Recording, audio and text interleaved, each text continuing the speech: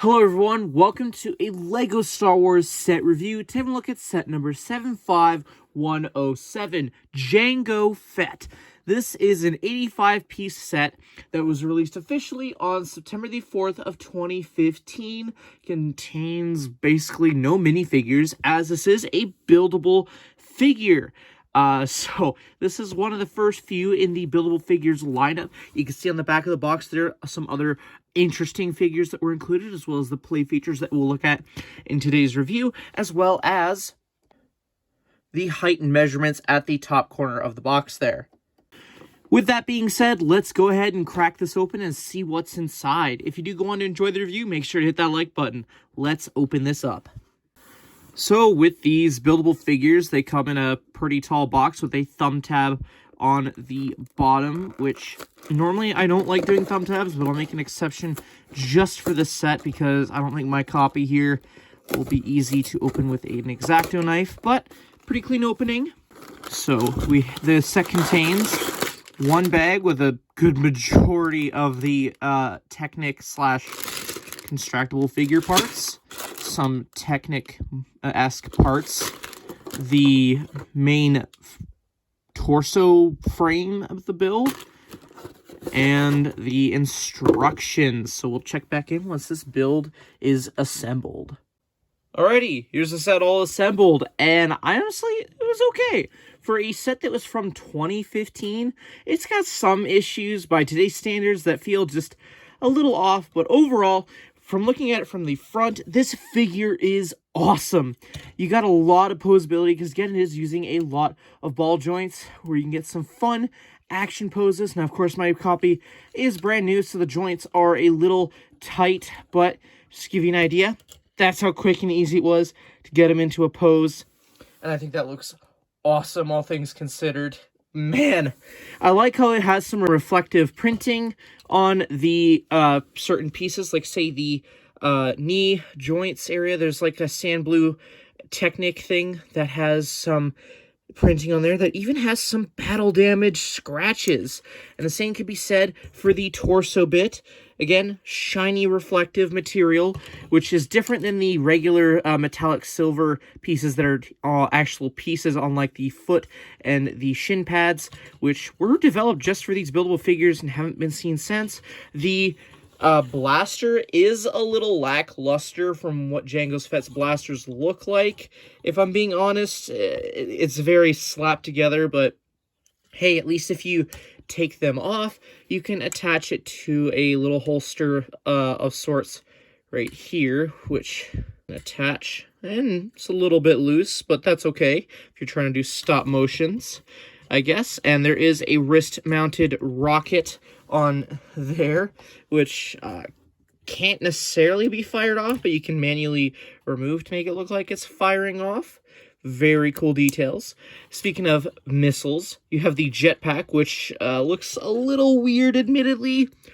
Again, 2015, so we're going to have to give it a pass.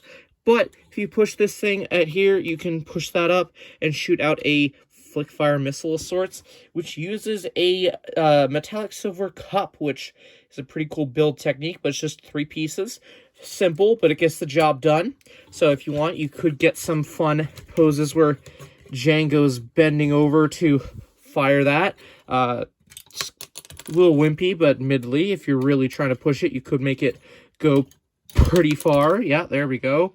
So that's cool. I like that. As for the specially molded head that was included just with this set, I like it, but there's only one thing I really don't like. The antenna. If you guys can see, the antenna looks a little short and small, and I don't know if that's just me, but it just looks off.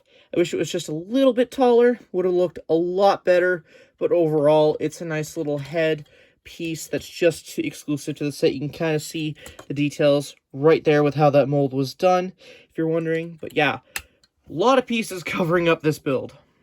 And if I'm being honest, these are just glorified action figures. Speaking of action figures, if you want to have this standing next to one, here's a bit of a size comparison for you for the Vintage Collection ARC Trooper Echo, as well as just a random minifigure.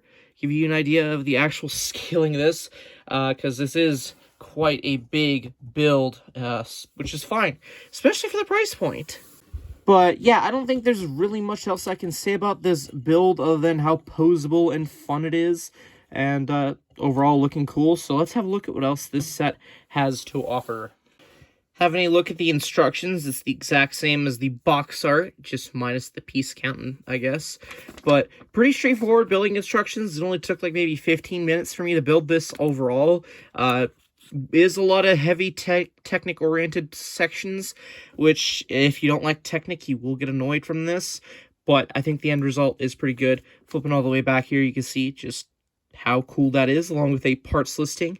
You have some pages advertising the other first wave of these buildable figures. I think they started out strong with a first wave of memorable characters that were popular at the time. And then you just have an advertisement for the Lego Star Wars Rebels and such sets. Another picture of Obi-Wan and Grievous, cool, as well as a win at the back. As for the extra parts, this is all that I received in my copy of this set. Overall, at the time of when this was released, 25 Canadian was a great deal for this. If you're not a fan of Technic, like myself, sure, okay, the build is a bit of a struggle, but the end result is just going to be hours of fun and posability and displayability.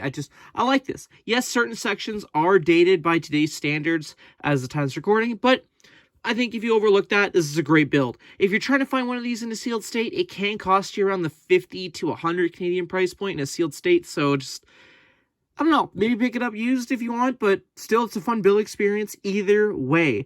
Highly recommend picking this up. Pretty cool. One of the few buildable figures I actually really like. So yeah, anyways, that's more or less my thoughts. Let me know yours in the comment section down below. I'm interested to hear if you actually own this set or if you're looking at getting it. Anyway, that concludes today's video. Thank you everyone so much for watching. Make sure to hit that like button down below and subscribe as well while you're down there if you want. Hit that bell notification and I will see you all in a future video. Until then, I'll see y'all later. Take care, guys. Bye-bye.